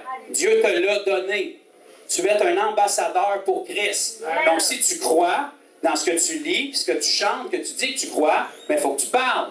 Okay? Pas seulement à l'Église, c'est facile de parler ici. Tu sais, tu parles ici, avant même que tu aies fini de parler, tu attends déjà un beau amen spirituel. Amen! Preach it, brother! Mais si tu prêches à des inconvertis, ça risque de ne pas être ça la réponse. C'est normal. Le message de l'Évangile, il n'est pas fait pour être annoncé dans l'Église. L'Évangile, c'est pour être sauvé. Si tu es dans l'Église, tu es censé être sauvé. Amen. L'Évangile, c'est pour un inconverti. Dans l'Église, c'est de la croissance spirituelle. Si Peter prêche le message de l'Évangile 52 semaines par année ici, il y a quelque chose, à un moment donné, vous allez dire, j'ai faim, là. C'est beau, là. C'est la base, c'est la fondation, c'est essentiel, mais on a fait le tour, là. Y a-tu quoi d'autre? Parce que la Bible nous dit que dans Hébreu, c'est la base. OK? C'est la fondation. C'est pour les bébés spirituels. C'est le lait de la parole. La repentance des œuvres mortes, la conversion à Jésus, une nouvelle vie, l'imposition des mains, la guérison, ces trucs-là, c'est de base. Après ça, on progresse. L'Évangile, c'est pour un inconverti, c'est le message pour aller le chercher. Donc, il faut qu'on maîtrise ces choses-là puis qu'on l'apporte à ces gens-là parce qu'on dit croire. Amen. Je vais essayer d'aller plus vite. Vous n'êtes pas obligé de tourner, mais dans Romains 1,16, l'apôtre Paul va nous dire « Je n'ai point honte de l'Évangile, car c'est là, dans le fond, là, ils ont mis ça parce que c'est singulier. Ça laisse sous-entendre qu'il n'y en a pas 25. Donc, c'est la puissance. OK? Dieu aurait pu te laisser chercher c'est quoi? Il aurait pu juste dire c'est la. 3 petits points. Donc, il dit c'est la, comme c'est la seule, et il dit c'est une puissance. Bon, c'est déjà bon à savoir. Pour le salut de quiconque croit. Donc, dans cette phrase-là, tu es en charge d'absolument tout, sauf la partie croire. Des gens à qui tu l'annonces. Tu ne peux pas croire pour eux. Mais tu peux prendre la puissance, qui est l'Évangile, que tu es supposé d'avoir, que tu dis croire dedans, rouvrir ta bouche, puis l'annoncer. Puis tu as une chance sur 2 de tomber dans une terre qui est prête à la recevoir. Si la terre est prête à la recevoir, mission accomplie. Si la terre n'est pas prête à la recevoir, mission accomplie. Ta mission, ce n'est pas de les sauver, c'est de leur dire.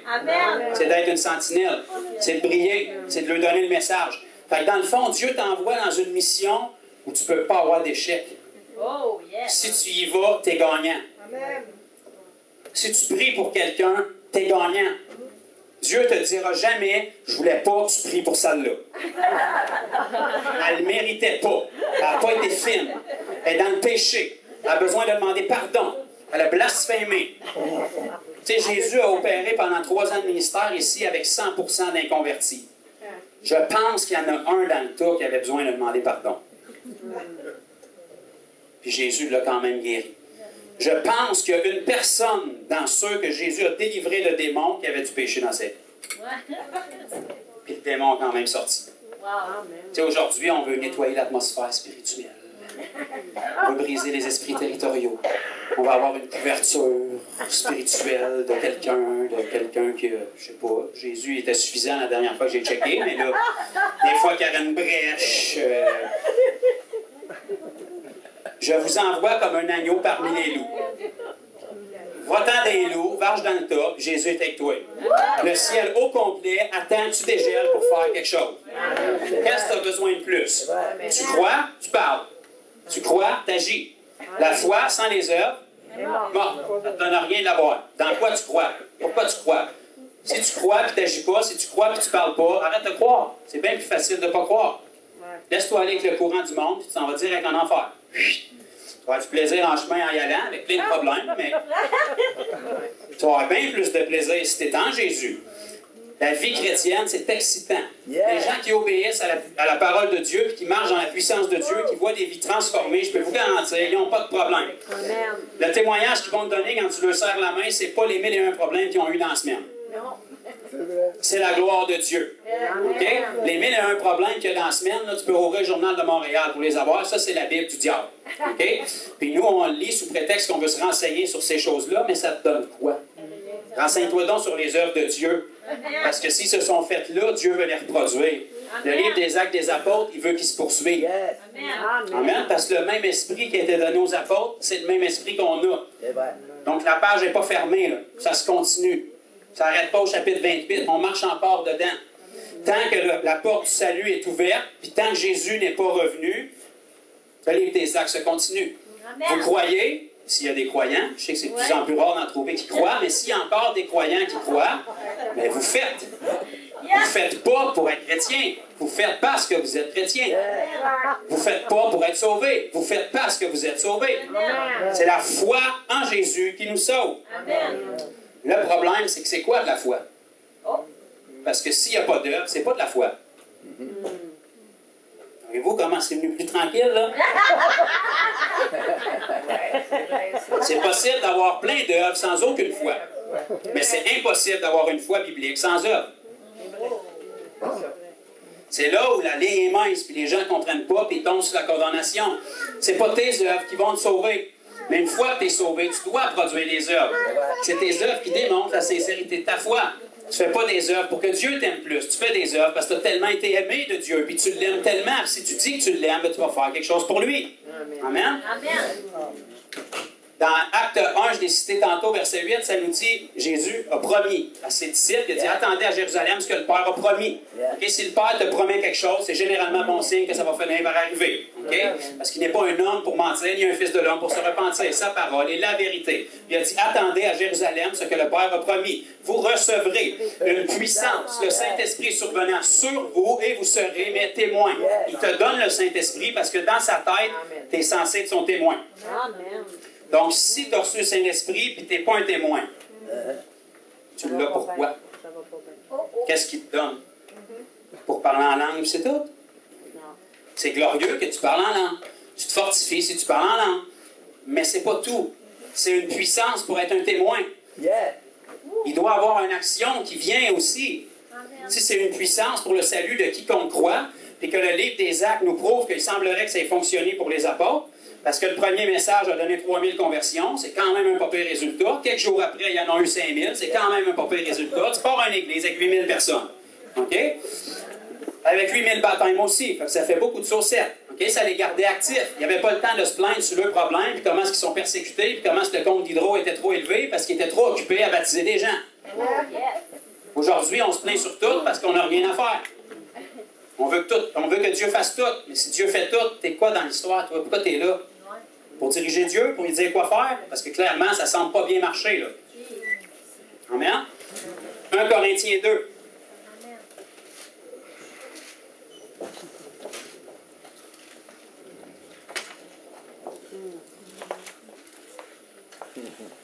« 1 Corinthiens 2,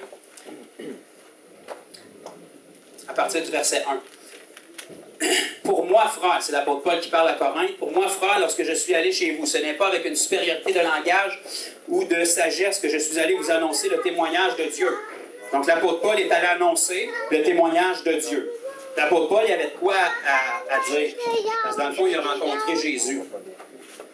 Tellement fort que ça a changé son nom. C'est un impact, là. Okay? Il y avait de quoi raconter. Car je n'ai pas eu la pensée de savoir parmi vous autre chose que Jésus-Christ et Jésus-Christ crucifié. Même message qu'on a aujourd'hui. Moi-même, j'étais auprès de vous dans un état de faiblesse, de crainte et de grand tremblement. OK, là, on aime ça s'identifier à ça. Ah. Moi aussi, j'ai l'écharpe dans la chair comme Paul. La Bible nous dit que Paul avait une écharpe dans la chair à cause de l'intensité de ses révélations. C'est quoi tes révélations, toi? Je ne veux pas être arrogant, là, mais c'est correct si on dit les vraies affaires? Arrêtons de tourner autour du pot, là. Ma parole et ma prédication ne reposaient pas sur les discours persuasifs de la sagesse, mais sur une démonstration d'esprit et de puissance. Pourquoi? Le verset 5 nous dit, afin que votre foi fût fondée non sur la sagesse des hommes, mais sur la puissance de Dieu. Aujourd'hui, on veut tellement être éloquent et convaincre les gens de croire. On met la porte du salut gros comme ça. Tout ce que tu as à faire, s'il te plaît, répète une prière que je puisse te donner un Nouveau Testament, s'il te plaît. C'est pas ça la porte du salut. La route de la perdition est large. Le chemin du salut est étroit. Renonce à ta vie, suis Jésus. C'est ça que ça implique. Si tu veux une nouvelle vie, tu dois mourir. Je ne te blanchirai pas le message, je ne te mettrai pas un glaçage dessus, là. Je vais te mettre ça assez direct pour que tu saches dans quoi tu t'engages. Si tu t'engages avec la pureté du message, bien là, tu ne seras pas déçu d'avoir des épreuves après. Si tu t'engages pour que tout aille bien et que ta vie soit rose après, première épreuve que tu vas avoir, puis c'est pas long qu'elle va arriver, tu vas abandonner Jésus parce que tu vas dire, qu'est-ce que tu fais? Il a déjà tout fait. Il t'a donné la vie éternelle. Même si tu n'avais plus rien du reste de ta vie, c'est déjà plus que suffisant.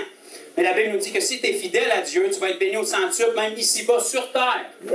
Pour qu'il se glorifie parce que tu es son représentant. Si tu es son représentant, il va tout faire pour qu'il soit vu à travers toi. Il va t'équiper du mieux possible. Okay? L'apôtre Paul, là, il prend la peine de spécifier ici aux Corinthiens qu'il ne voulait pas que son discours s'appuie sur la sagesse des hommes parce que au niveau humain, il y en avait beaucoup de sagesse, l'apôtre Paul. La Bible nous dit que c'était Paul de Tarse. Tarse, c'était une ville qui était réputée pour la sagesse grecque, toute la connaissance intellectuelle, ces choses-là. Non seulement ça, mais du point de vue juif, dans la tradition juive, qui est enseigné au pied de Gamaliel. C'était le meilleur juif qu'il y avait en Israël à cette époque-là.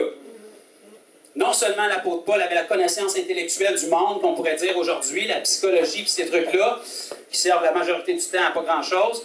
Puis en plus, il y avait toute la tradition juive qui avait été enseignée par le meilleur maître. Puis là, il s'en allait annoncer la parole à Corinthe. la Bible est polie quand elle nous parle de la communauté de Corinthe, mais ça nous dit que c'était pas vraiment... Comment je pourrais vous dire ça d'une manière polie? C'était pas les crayons les plus aiguisés du paquet. La Bible nous dit il n'y a parmi vous peu de nobles, peu de gens très importants d'un point de vue humain. Tu sais, pour Dieu, tout le monde est pareil, mais d'un point de vue humain, c'était pas des gens extraordinairement instruits et éloquents. L'apôtre Paul aurait pu les mêler et les embarquer facilement avec sa sagesse. Le problème, c'est que si c'est ta sagesse qui embarque les gens, une semaine après, la sagesse d'un autre va les embarquer dans d'autres choses. Ça va faire des chrétiens faibles parce que le message est faible. Si leur foi est fondée sur une démonstration d'esprit et de puissance, ça va prendre quelqu'un d'autre qui a une démonstration d'esprit et de puissance pour les détourner. Le problème, c'est qu'en dehors de Jésus, il n'y en a pas qui ont plus grande puissance que Jésus. Donc, si tu lui donnes l'esprit et la puissance pour qu'il fonde sa foi là-dessus, ça va prendre bien des affaires pour que sa foi tombe. Okay? Parce qu'il va avoir expérimenté quelque chose. Il va pouvoir ouvrir sa bouche et dire dans quoi il croit parce qu'il a vécu ce qu'il croit. Au lieu d'avoir entendu un beau discours qui fait du sens, puis que la semaine d'après, quelqu'un y arrive avec un argument auquel il ne peut pas répondre, puis là, il met en doute sa foi. Quelqu'un qui a expérimenté la puissance de Dieu, comme l'apôtre Paul l'avait expérimenté, par exemple, ça en aurait pris beaucoup pour le détourner de sa foi. Parce qu'il a vraiment rencontré Jésus. Jésus lui a vraiment parlé. Il est vraiment devenu aveugle. Il a vraiment été guéri. Il a vraiment été baptisé. Il a vraiment été rempli du Saint-Esprit. Donc là, ça fait beaucoup de choses à expliquer comme étant des hasards. Là. Clairement, il a vécu quelque chose. Donc, si on annonce l'Évangile aux gens, le même Évangile qui était annoncé avec la même puissance, bien, les gens ont quelque chose sur lequel fonder leur foi. Ça fait-tu du sens? De toute façon, si ça n'en fait pas, c'est la parole pareille. C'est pas moi qui l'ai écrit.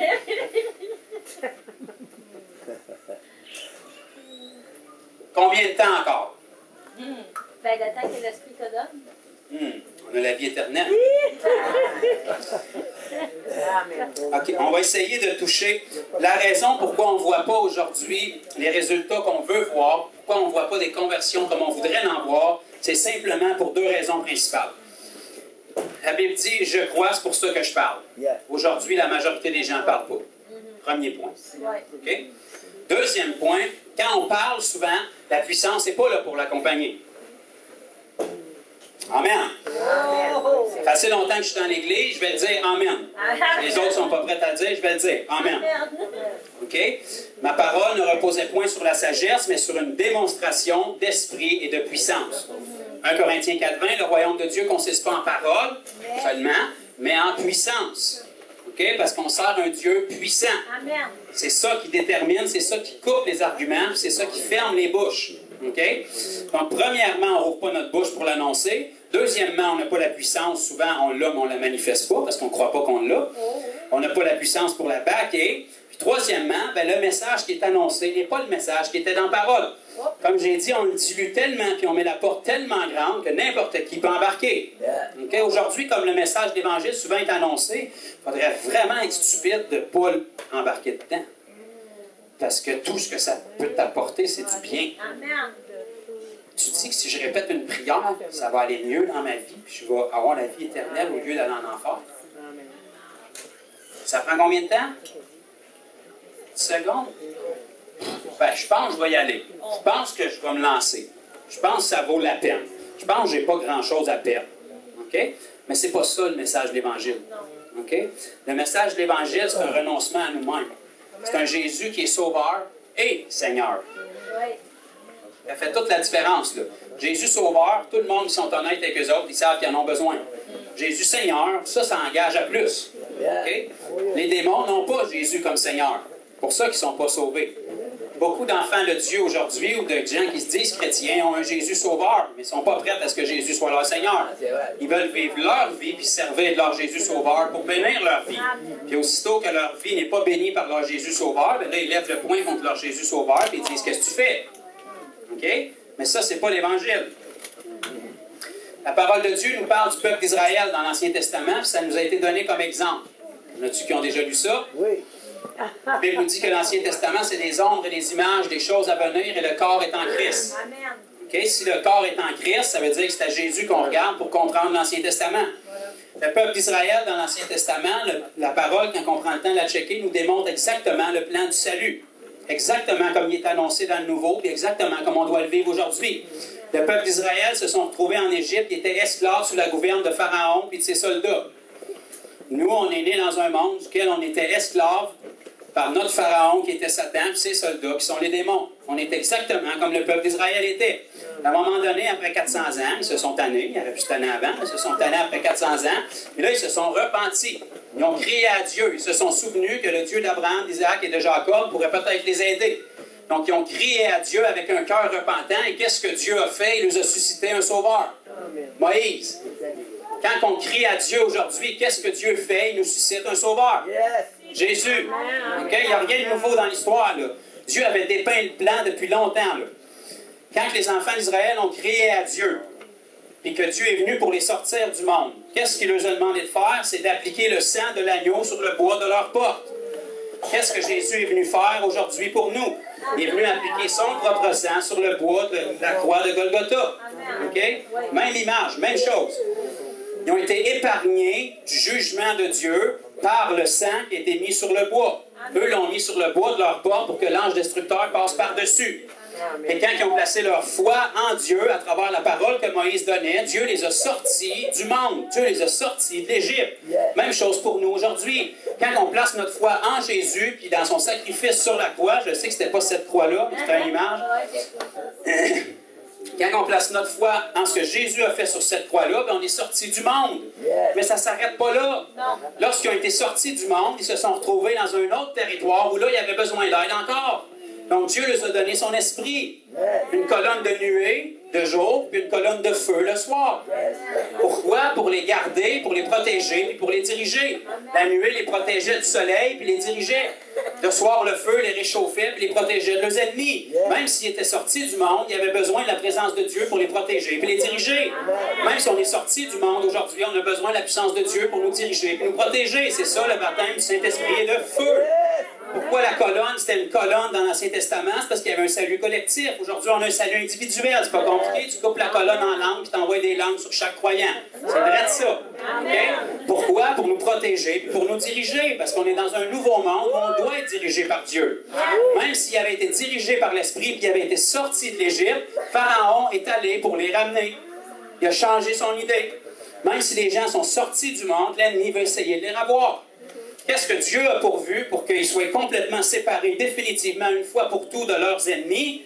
Bien, comme vous le savez, il les a amenés à la mer Rouge puis ils ont traversé. Okay? Puis vous savez, on n'ira peut-être pas le lire parce qu'on va manquer de temps, mais dans 1 Corinthiens 10, la Bible nous dit que le peuple d'Israël a été baptisé en Moïse, dans la nuée et dans la mer Rouge. Aujourd'hui, on est baptisé en Jésus-Christ, du Saint-Esprit et dans l'eau. Il n'y a rien de nouveau, là. C'est la même chose. Le moment où ils ont été complètement séparés de leurs oppresseurs, plutôt de leurs anciens oppresseurs, c'est quand ils ont traversé la mer Rouge, puis là, définitivement, leurs oppresseurs puis leurs problèmes ont été complètement ensevelis. Le moment où un enfant de Dieu est complètement libéré, c'est quand il passe par les eaux du baptême. Pourquoi? Parce qu'on ensevelit notre vieille vie. C'est la vie sur laquelle Satan avait une autorité, parce qu'on lui appartenait. Maintenant, on meurt. Donc, on ne lui appartient plus. Ce qui ressort, ce n'est pas la même personne. C'est une personne qui est libre. Donc, l'esclavage dans lequel on était est brisé. C'est pour ça que le message de l'Évangile est annoncé comme ça dans la parole. C'est pas compliqué, il n'y a rien de nouveau. Le premier message, l'apôtre Pierre a dit « Repentez-vous ». C'est ce que le peuple d'Israël a fait quand ils ont crié à Dieu. Pour placer leur foi en Jésus. Eux, ils ont placé leur foi en Dieu en obéissant à ce qu'il leur disait, en appliquant le sang sur le bois de leur porte. Repentez-vous, faites-vous baptiser d'eau pour la rémission des péchés, pour être séparés de tes péchés, pour que ton ancien maître, ton ancien tyran qui te gardait esclave soit complètement séparé de toi. Et vous recevrez le Saint-Esprit.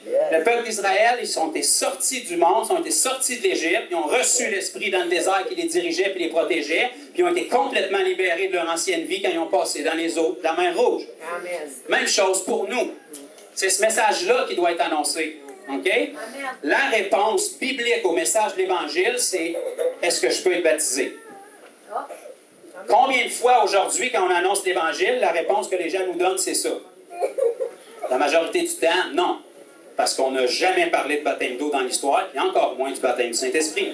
Okay? Puis bien souvent, pas vraiment de la repentance non plus. On veut juste qu'ils répètent une prière. Okay? Mais si on revient au message de base, qu'on leur explique c'est quoi la repentance, le renoncement à ta vie, parce que dans ta vie, ça contient tous tes péchés.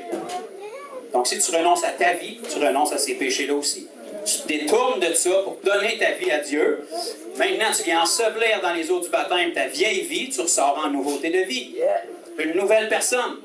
L'esclavage puis la dette qu'il y avait sur toi, qui était la loi du péché et de la mort, est restée dans l'eau. Tu es une nouvelle personne en Jésus-Christ, puis il te remplit de son esprit pour te diriger puis te protéger ici-bas pour que tu sois un ambassadeur. Un ambassadeur qui croit, donc qui parle.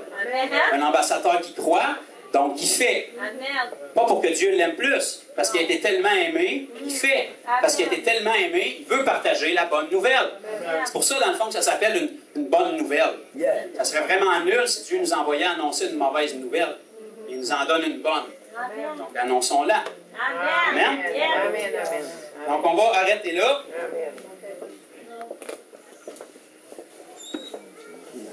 Pour manger un peu. Et après ça, ce soir, on va revenir, puis on va chanter, puis on va relouer, puis on va lire la Bible, puis on va avoir l'impression qu'on est venu à l'Église, puis qu'on est des bons chrétiens. Ce qui va déterminer que vraiment, on a cru que nos Amen valaient quelque chose, c'est que notre vie va être transformée après.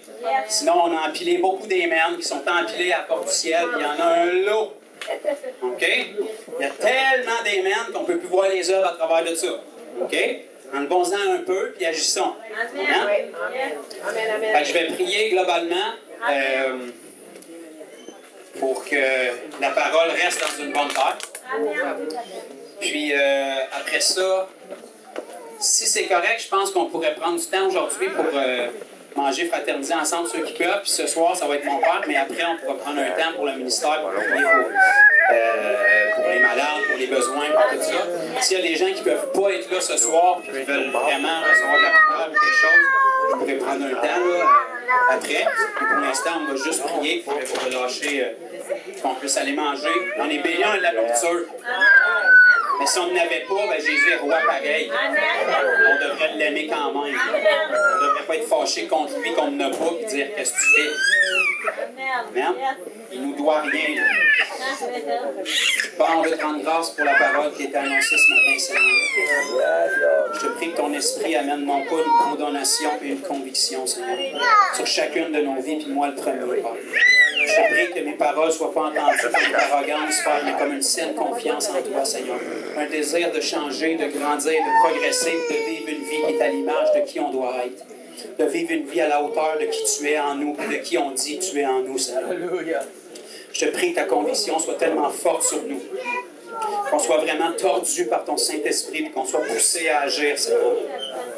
Qu'on revienne à notre premier amour, et qu'on ne soit pas capable de le conserver pour nous, Père. Qu'on puisse annoncer un message pur, avec conviction, et avec ta puissance pour l'accompagner, Seigneur. Je te prie de protéger chaque personne sur la route qui vont retourner chez eux, Seigneur, puis peut-être pour revenir ici ce soir. Je te prie de nous donner un temps de fraternité cet après-midi ensemble, Père, où ça ne sera pas seulement du parlage qui amène à rien, mais que ce soit vraiment ton nom qui soit glorifié parmi nous. Qu'on puisse s'exhorter les uns les autres et qu'on puisse grandir pour en ressortir plus à ton image toujours, Seigneur. Je te remercie que tout ce qui est enseigné ici ce matin et ce qui va être enseigné ce soir puisse vraiment nous amener à renouveler notre intelligence, changer notre façon de penser pour voir comme toi tu vois, pour parler comme toi tu parles. Et par conséquent, pour agir comme toi tu agissais, Jésus. Agis à travers nous. Qu'on soit des vases qui se soumettent à toi, Seigneur. Dans le nom puissant de Jésus. Amen.